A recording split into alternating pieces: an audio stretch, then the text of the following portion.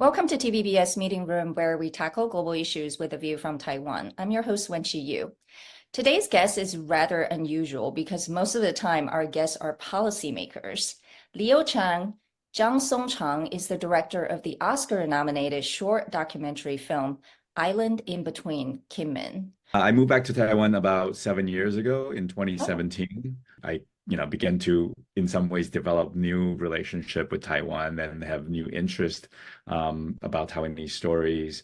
And also because, the world has become more interested in Taiwan Mhm. and I wanted to seize this opportunity to share my perspective, and which I think, because I am in this position of understanding the Taiwan culture and society, but also really understanding the US culture and society, that I feel like I was the right person to translate this story for the international audience. I want to point out two lines in the film that really left a strong impression on me when describing this US-Taiwan-China relations.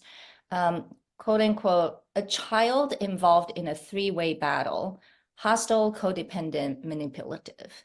And then, quote unquote, they all think they know what's best for me, but they don't really care about what I want. I assume the I is Taiwan in this case, right? I think I would say that I is Taiwanese people. Hmm. I feel like these parental figure that I'm referring to are the powers that be, the government, perhaps. Hmm. I think if you look at the way that I wrote the narration, if you will, the way I speak in the film, it's really about personalizing a very complicated geopolitical situation, try to make it relatable, in terms and phrases that I think people across different culture and, across different region can understand. What is your statement, I guess? What do you want the world to learn from this film?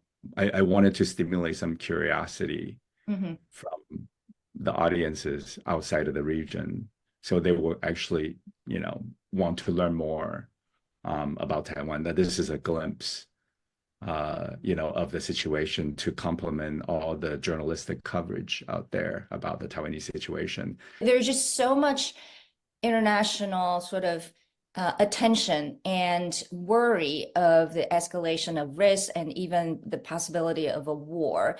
But on the contrary, on the island, people don't seem to worry as much. And so, how do you explain that discrepancy? Well, I mean, I think the big problem here is that the Chinese government, the Xi administration, is so opaque that there's no pattern to be able to analyze and come to some kind of educated guess as in, what the next actions will be. Nobody knows. For folks who want to have a normal life, you have to have develop a healthy sense of, I mean, you could say that's a healthy sense of denial.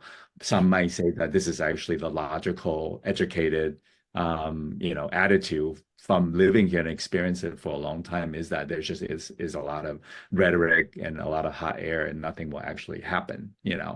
I don't know, right? I think that's the ultimate frustration. And Yeah. I think that maybe that's the feeling that I'm trying to capture, is like, what's it Yes. like to Yeah. live in under this limbo